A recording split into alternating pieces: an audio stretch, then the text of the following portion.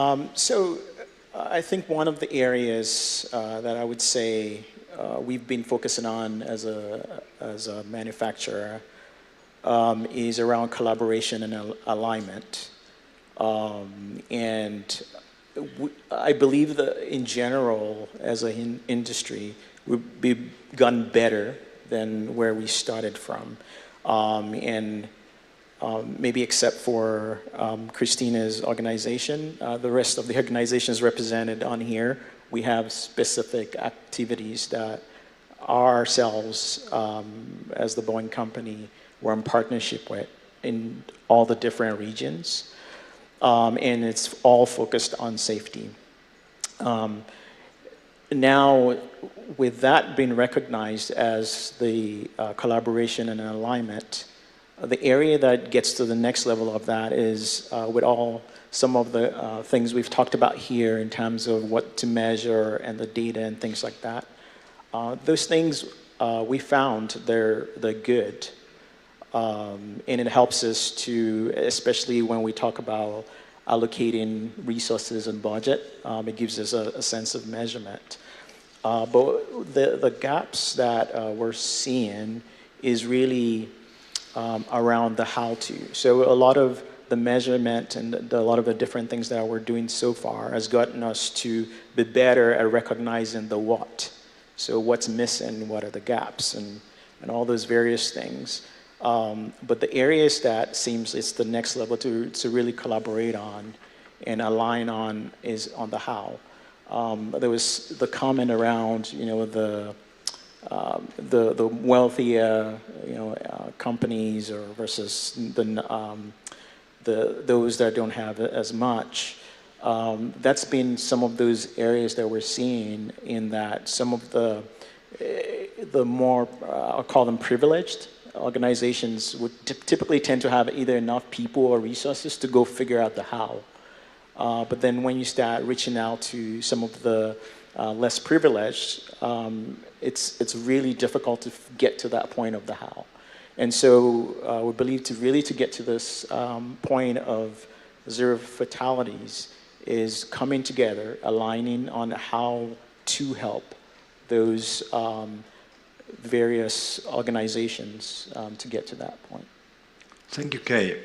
And if we are to achieve this zero fatality goal by 2050, which is a greater hurdle, in your opinion? It's the technology required or innovations to prevent the accidents, or there is still a lack of political will which is required to invest in safety management? Sure.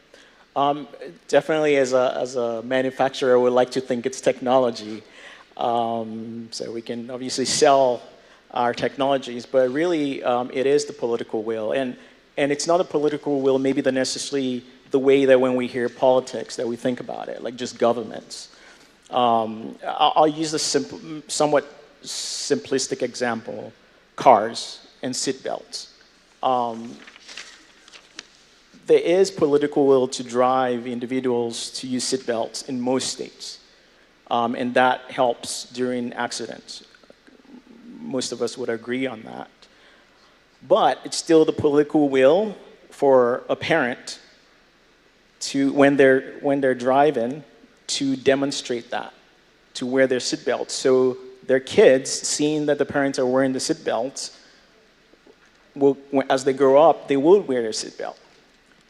Yes, there's some regulation that guides it, but a parent can choose to wear it where there's no camera that will catch them.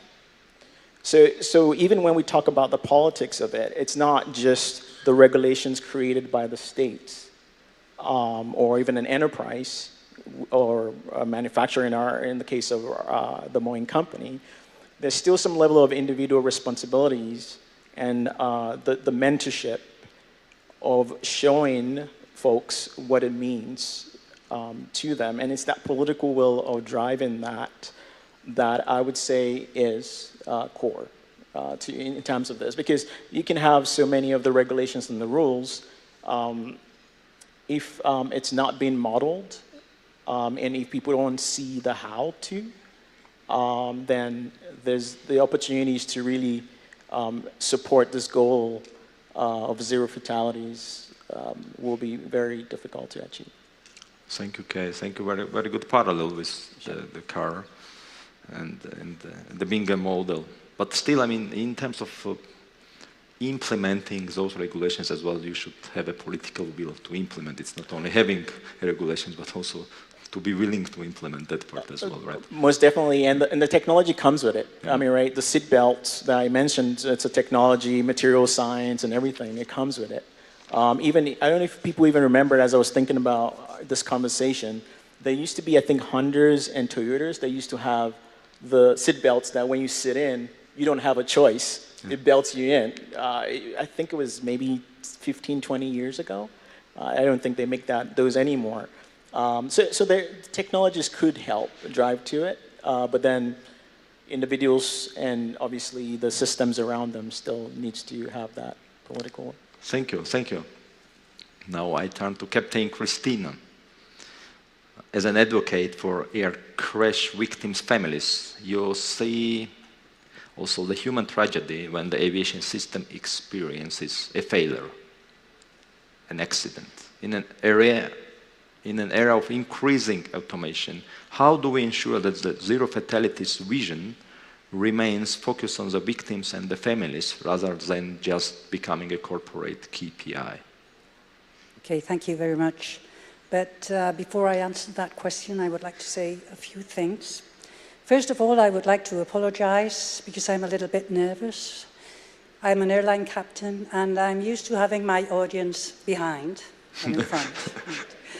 The second one is that you will see that I read a lot. I'm here on behalf of victims and families, so I don't want to miss a single comma of the message they want me to deliver, right? So, well, I represent the International Federation of Air Crash Victims and their families, with which I collaborate in my free time. And I bring you a very warm message from its chairwoman, Pilar Vera, who has been unable to attend this meeting, and send her formal wishes for a very fruitful event. As a chairwoman of the ACVFFI, I know it's very long, since 2010, she has brought the voice of victims and families to the decision-making centers of international civil aviation, providing a more human, professional and compassionate perspective on the tragedy of losing a loved one in an air disaster. The journey since then demonstrates her commitment to aviation, and above all, the milestones achieved have been so significant that they were recognized by ICAO with the presentation of the 44th Edward Warner Award of the 42nd ICAO Assembly, marking the first time it has ever been awarded to a normal civilian rather than to someone from the aviation industry. The Victims Federation agrees with the goal of achieving zero fatalities. Of course they do. But also believe that things, as currently stands today, it is an impossible mission. Among other reasons, because of the lack of investment in safety and the lack of agreement between state, industry and manufacturers. As long as economic costs continue to take precedence over safety, that goal remains far from reality. Even so, we are convinced that it's a goal worth striving hard for in the coming years. And in that regard, the Victims Federation will contribute the very best of its experience to help achieve it. Thank you very much. So now I go with a question, okay? Sorry. Thank you very much, Captain Christina. Also, being an en route air traffic controller, my audience is on my screen usually, not in front of me. Yeah, we are together in that side. Okay, well, the Victims Federation does not believe that the goal of zero fatalities can be reduced to a KPI. Right, normally a KPI, the purpose of a KPI, among others, is optimizing resources and processes, right? But however, one of the factors that should be monitored, automation, has been having a serious impact on late fatalities. Therefore, the implementation of such processes by both industry and states should be reviewed very thoroughly wherever safety depends not entirely on technology, but on human beings. And it would be worrying to think that these automated processes are being used solely to reduce costs rather than enhance operational safety in aviation and preserve the life of passengers and crew members. Right? Okay. Thank you, Christina. In the safety arena, we are having a lot of discussion around the managing emerging issues and innovation. However, when we look to the data and the types of the fatal accidents which took place recently, whether it's runway excursion, or mid-air collision, or even runway incursion recently, it seems to be that there's nothing new in those, the big so-called killers or big accidents. So do we need to go back to the basics in managing safety rather than thinking about emerging or what's going to be the next big accident? Well, as we said before, evolution brings new threats, right? I'm flying and we are facing problems with drones, signal interference like jamming, spoofing, problems with HF communications due to solar radiation, climate change, and more to come, I'm sure, right? But aviation is dynamic and it adapts very effectively to its environment, right? But recent fatal accidents or disasters have shown that it's urgent not to neglect safety management at any stage of the process. In other words, the safety that is not visible must take priority above the other objective pursued by states, industry, organization, and others, right? There has been external actors not linked with the aviation safety, but they have led industry and states to focus more on criteria centered on financial results, rather than the death toll generator by these ruthless economic policies. Yet many airlines have disappeared after an air disaster as a result of practicing such policies, right? It is therefore essential to include safety management as one of the non-negotiable objectives of all the stakeholders involved in civil aviation. An air disaster causes not only the death of those on board, but also a reputational crisis that is extremely difficult to overcome. This is why preventive action must be taken in all areas of transport, and lesson learned must be turned into knowledge, right? That is how aviation has evolved since its birth, and it is time to return to the origins of safety as a fundamental factor. And talking about safety aviation in general terms is not the same as committing to it or investing in it.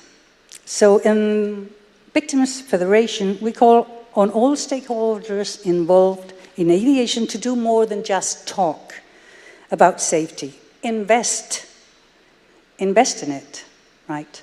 And make it the number one objective of your organizations. Thank you. Thank you very much, Christina. Yes, we all agree that we have to do more than just to talk, and I think we are doing quite good as an industry overall. I mean, sometimes we are kind of penalizing ourselves, but of course, because we have an ambitious plan to have zero fatalities in the end by 2050. Now I turn to Mr. Fabio Rabbani, Regional Director of ICAO SAM office.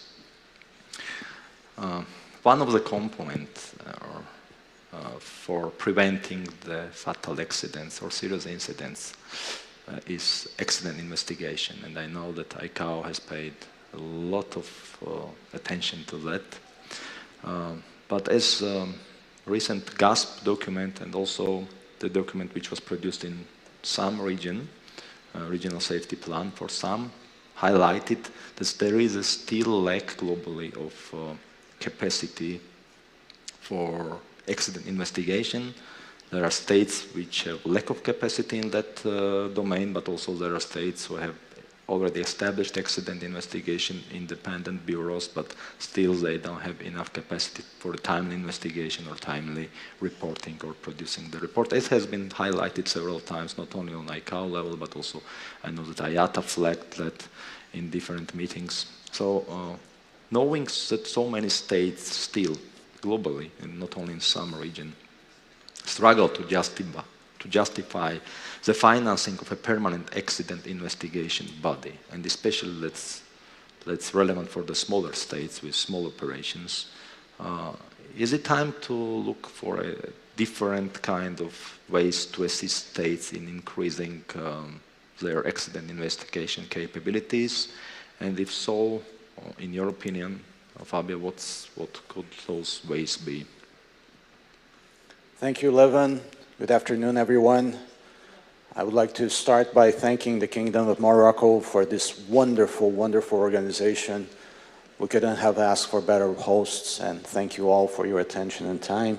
But also I would like to thank my dear panelists here. They pretty much said everything that I wanted to say, but also I would like to highlight Captain Christina's comments, because sometimes we tend to dehumanize a lot of things regarding safety, maybe for self-protection as we're working on the theme, but the reality is that this affects people, families, and lives that have to be and expect us to deliver more every day.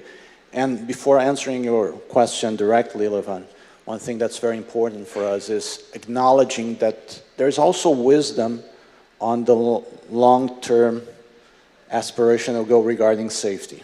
You know, it's about always thriving and aiming for improvement. It's about sustaining that over time. In my region, on the KPIs that we have data that sometimes we have years that we have no fatalities. Next year, we again have rates going up. Is there a tendency? Are there elements that put us in the right place to sustain that over time? I think the wisdom is behind driving us to thrive for that all the time. We can cluster data in different ways and say we achieved in our organization, we achieved in our region, but still there's a lot of work that has to be done. Specifically, dealing with the subject that you mentioned about accident investigation, and that's one of the elements that we work on aviation regarding safety management, is that reactive data, the information that we have to deal after something goes wrong. It's very important to acknowledge that ICAO, as you mentioned, aims to have more than specific institutions or arrangements to ensure that an accident investigation is free from any interference or that loses objectivity as it's been done. Unfortunately, many times we focus on the organizational structure. As you said, a lot of states go for that. The reality is, if we aim for the organizational structure to achieve that specific objective of having an investigation free of any interference done by the state itself, I can tell you that the majority of states in the world will not comply to that. And maybe we're aiming a lot for that structural framework that ensures that the state alone does that work by itself. And that's why probably the effective implementation on accident investigation is the lowest area across the world. At the same time, we also go and work a lot in capacity building. As you said, well, many times we focus on saying, okay, we have the organizational structure, and now we need to see if the state has the capable people of actually working on that. That has worked to an extent, but based on experience that I have faced a couple of times, I would say, in the last 3-4 years on high-profile accidents, when we had contact directly with the accident investigators, there's a high concern about what is the implication of the investigation, how that information will be used in other instances, administrative, judicial, and how they have to answer. As you know, an accident investigation takes into consideration hypothesis. Maybe we can't confirm it, but still it's an element that should be considered for safety. If someone uses that information to put blame on someone, maybe the investigation of the report will not have those elements placed there.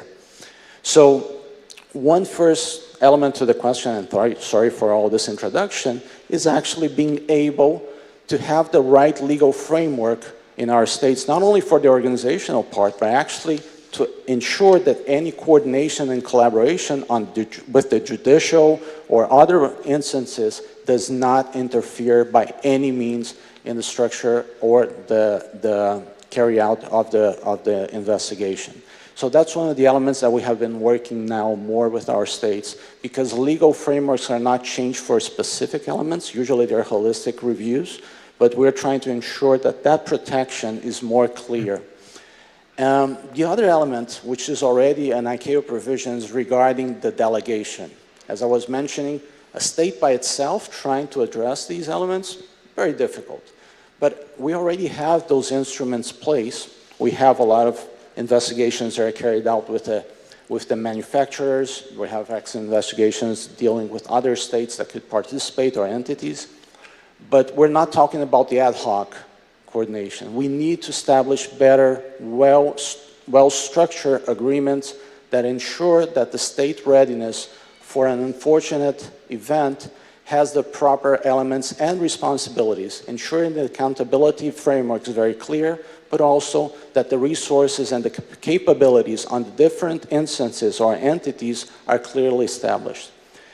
ICAO also has established regional frameworks for that. We have the Regional Accident Investigation Organization design.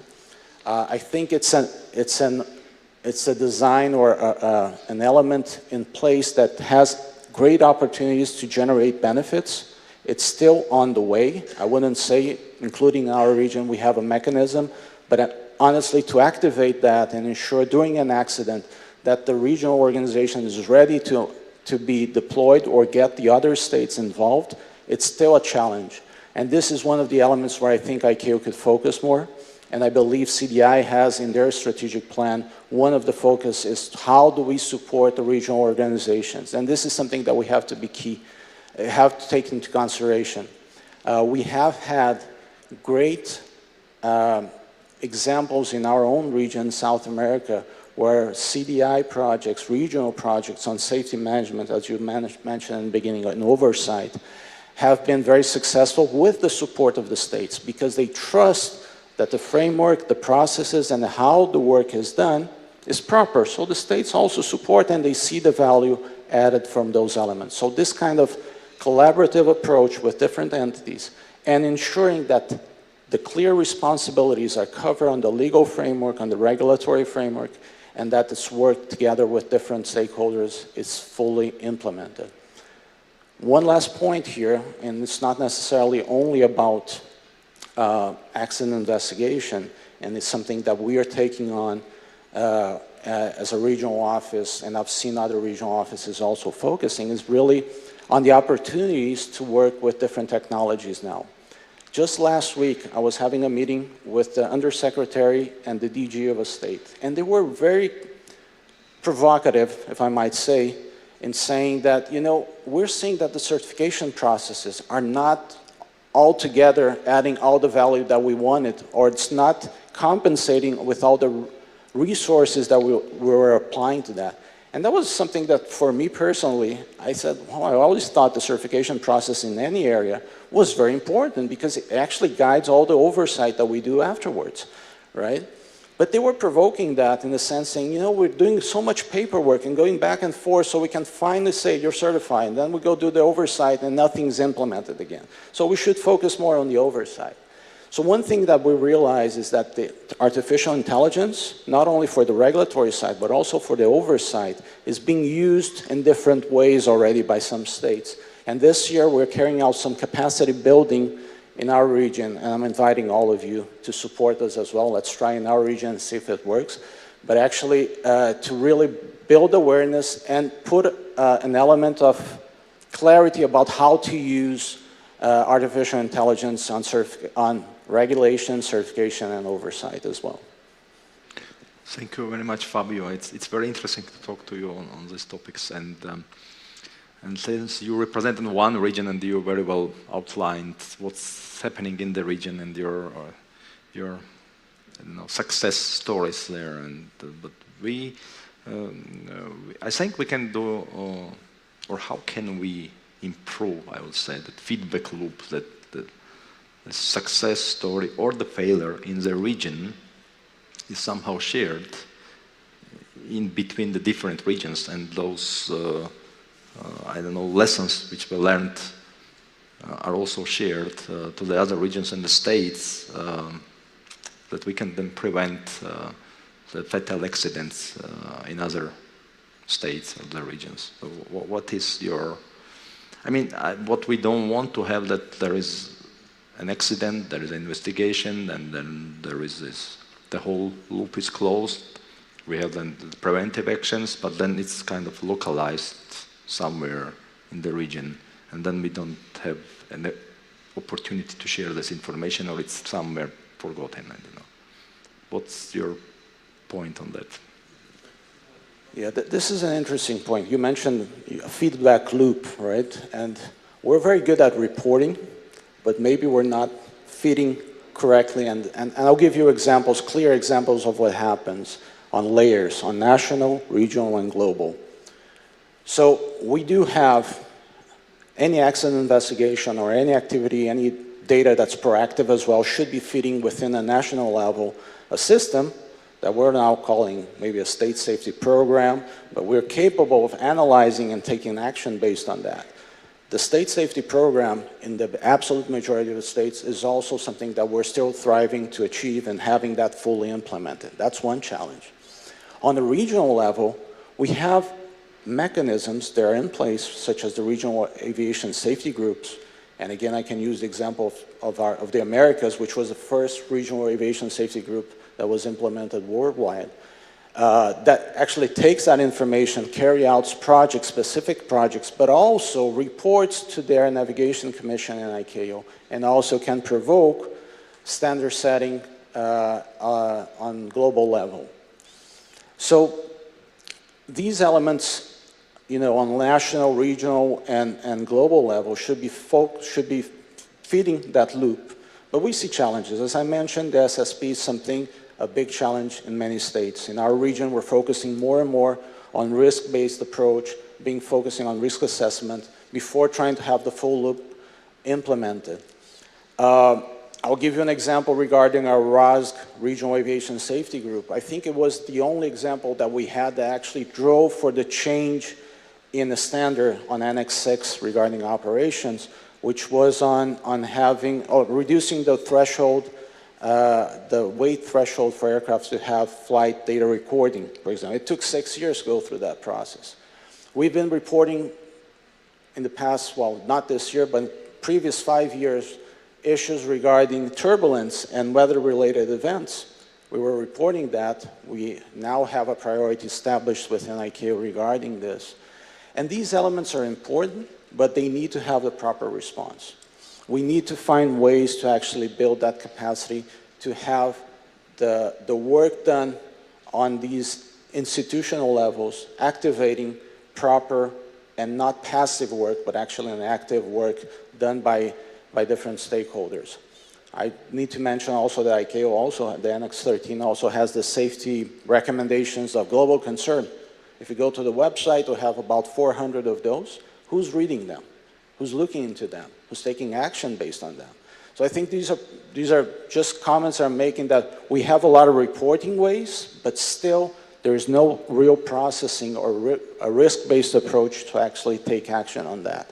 So I think there are opportunities in this work that's already done to promote not only awareness, but actually to see the results of actions that have been done by states, by regional organizations to work together in actually responding to these safety recommendations or any risks that have been identified on national, regional, and global level.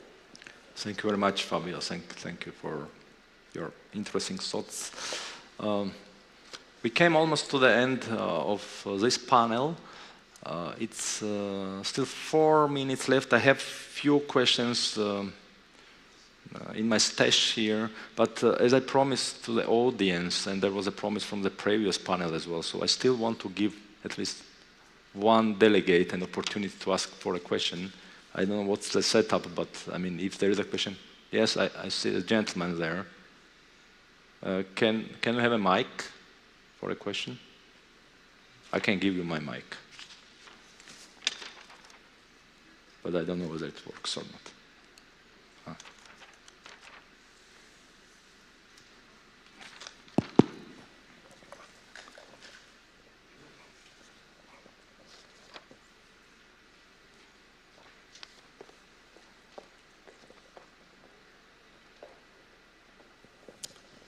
Good afternoon, everyone. So I am from India. So my question to the panelists, my question is pertaining to those cyber security issues. Now, Airports Authority of India is the only sole air navigation service provider for 169 airports. But the CNS and ATM systems were declared as critical information infrastructure recently by Government of India. Now, actually, as per their recommendation, they are ensuring the required cybersecurity measures for the protection of the CNS ATM systems. What challenges we are facing in India, that there are some old and legacy systems where it does not support the deployment of additional software or tools to protect the system from the cyber security threat. Although Airports Authority of India is in the process of upgrading its CNS ATM infrastructure from time to time, but still we have to ensure the cyber security measures for the legacy system, old and legacy systems. Now I want to just ask some suggestion or recommendations how to protect the old and the legacy CNS ATM system till these systems are replaced by new one. Because we are not in a position to deploy additional software or additional tools because the old system does not support. So how do you ensure the cyber security for these old and legacy systems? Thank you. Thank you very much for the question. Who would like? Maria, please. EASA. Thank you. I can just share what we are doing in Europe. So we have a new regulation that is called Part IS, Information Security, and it's specifically aimed at doing what you are identifying as a risk.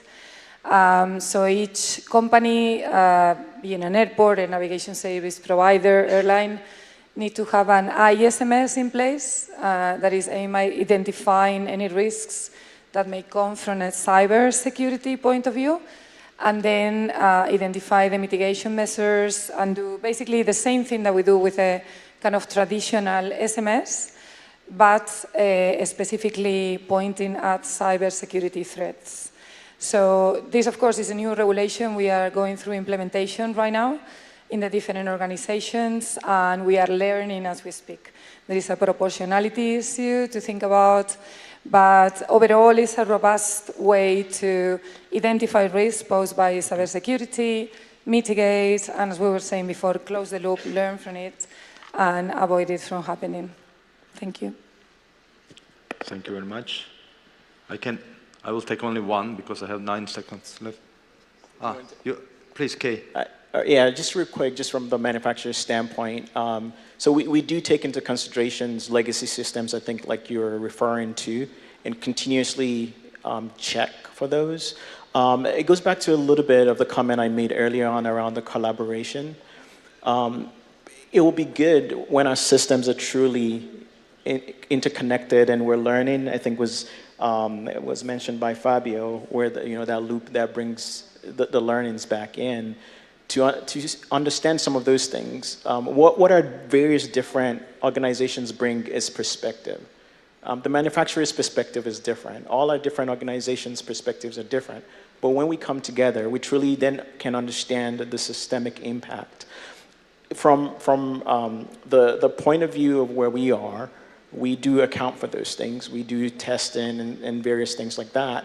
But if, for example, we don't have a feedback on who still has what particular systems, then it's difficult to know, oh, let's make sure to reach out to that person to help them, combat whatever it is. So I think there's an element of collaboration as well that will be good as we continue to have these conversations. Yes, there are technologies that we're deploying to support legacy systems.